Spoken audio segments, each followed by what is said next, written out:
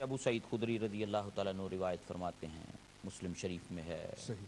دیگر محدثین نے اس حدیث پاک کو نقل فرمایا کہ سرور عالم صلی اللہ علیہ وسلم نے ارشاد فرمایا. یعنی آپ دیکھیں مختلف الفاظوں کے ساتھ احادیث جو ہیں وہ سرکار کی ملتی ہیں. اس حدیث پاک میں فرمایا انی تارکن فیکم الثقلین، اللہ.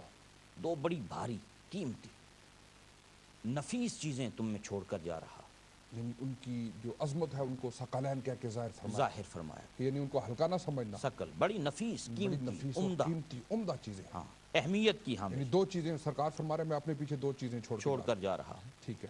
اور فرمایا جب تک تم ان دو کو تھام کے رکھو گے پکڑ کے گمراہ رکھو. نہیں ہوگے. یعنی ہماری ہدایت کے لیے ضروری ہے کہ جو دو چیزیں حضور چھوڑ کے جا رہے ہیں ان کو پکڑ کے رکھیں. پکڑ کے رکھنا ہے، ٹھیک ہے. اس کو تھام کر رکھنا ہے. صحیح. اللہ اکبر.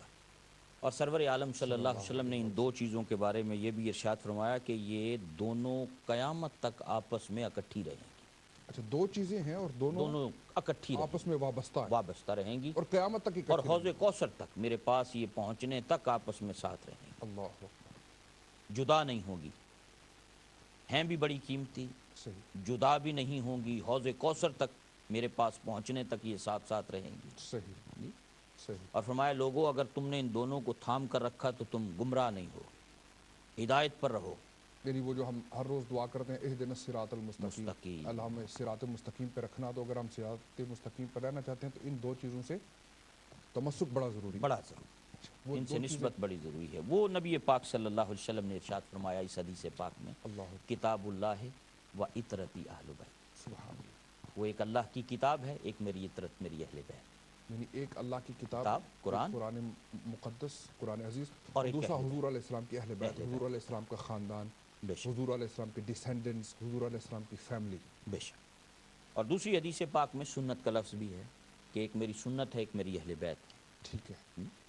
فرمایا یہ دو چیزیں ایسی ہیں لوگوں اگر ان کو تم نے تھام کر رکھا تو کبھی گمراہ نہیں ہو. یعنی حضرت دو طرح کی احادیث ہمیں ملتی ہیں. دو طرح کی حدیث. ایک جس میں فرمایا کہ ایک دو چیزیں ہیں، ایک کتاب اللہ ہے، قرآن مجید ہے، اللہ کا کلام ہے، اور میری اہل بیت. اور دوسری حدیث میں فرمایا کہ ایک کتاب ہے، کتاب اللہ ہے، قرآن مقدس ہے، قرآن عزیز ہے، اور میری سنت ہے. ایک میں سنت فرمایا اور اہل بیت فرمایا. ٹھیک. دوسرے میں کتاب اللہ فرمایا اور اہل بیت فرمایا. اور ان میں تطبیق یہ ہے کہ یہ اس میں کوئی کنٹریڈکشن نہیں، کوئی تضاد نہیں. یعنی کتاب بھی ہے، سرکار کی سنت بھی، اور حضور کی اہل بیت بھی. بے شک. تو نبی پاک صلی اللہ علیہ وسلم نے، میں یہ سمجھتا ہوں وہ جو اسلام کی نعمت حضور کے صدقے ہمیں ملی ہے نا، فرمایا اس نعمت کو اگر تم چاہتے ہو نا یہ محفوظ رہے تو اس کا نسخہ جو ہے نا وہ میں تمہیں یہ بتا رہا ہوں کہ میری اہل بیت سے اپنا تعلق محبت کا قائم رکھ. اور یہ جو سرکار دو عالم علیہ السلام کی اہل بیت اور آپ کے خاندان سے محبت اور مودت ہے، آپ نے فرمایا یہ آپشنل اور ڈیزائربل نہیں ہے، یہ واجب ہے، ضروری ہے، لازم ہے، اوبلیگیٹری ہے، بے شک، کمپلسری ہے، بے شک، اسینشل ہے. یہ ایمان کا حصہ ہے، ایمان کا حصہ ہے، ہم اسے جزو ایمان سمجھتے ہیں.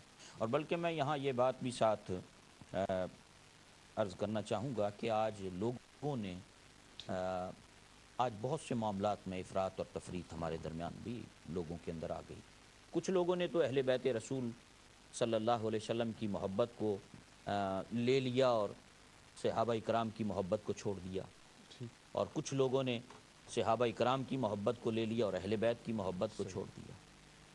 یہ اللہ رب العزت کا اہل سنت پر کرم اور احسان ہے کہ ہم دونوں کی محبت کو اپنے ایمان کا جز سمجھیں. ٹھیک ہے. ہم دونوں سے پیار کرتے ہیں، اعتدال کا راستہ ہے. یعنی اگر کوئی اہل بیت کے ساتھ محبت کا دم بھرتا ہے اور صحابہ کے شان میں گستاخیاں کرتا ہے یا ان کو نہیں مانتا، تو کیا یہ اہل بیت کی محبت ہوگی؟ نہیں، یہ اہل بیت کی محبت، یہ ایک نفس کا پھر ایک کی گمراہی ہے، جو بھی آپ اسے نام دے لیں. صحیح. لیکن جو راہ اعتدال ہے اور جو ہمارے اسلاف کا، بزرگان دین کا اور صوفیاء کا جو طریق ہے وہ یہی ہے کہ ان دونوں سے پیار کیا، کیونکہ وہ محمد الرسول اللہ والذین معہ، یعنی جو بھی حضور کے ساتھ ہیں، بے شک، جن کے ساتھ حضور علیہ السلام کا جس کے ساتھ جو بھی تعلق اور نسبت ہے وہ سب محترم ہیں.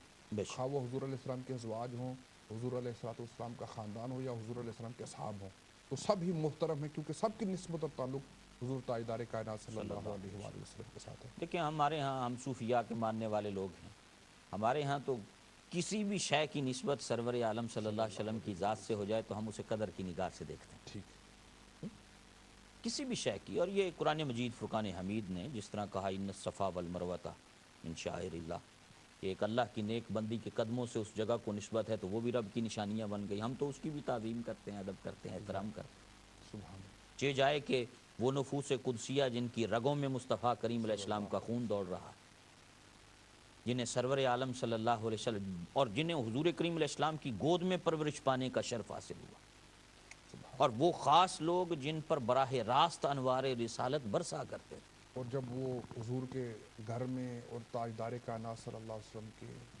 وہ مقدس گھرانہ جب حضور کی گود میں ہو، سبحان اللہ کی تاجدار کائنات صلی اللہ علیہ وسلم پر اللہ کی کیا رحمت اور تجلیات اور انوار بے کی شک، بارش بے ہو رہی شک. ہے. اور جو وحی الہی کا مرکز جو ہستی ہے، بے شک. جو ہستیاں اس کے کندھوں پہ بیٹھتی ہیں، اس کی زلفوں سے کھیلتی ہیں. سبحان اللہ. حضور علیہ الصلوۃ والسلام کبھی ان کی پیشانی کو بوسہ دیتے ہیں، کبھی ان کے رخسار چومتے ہیں.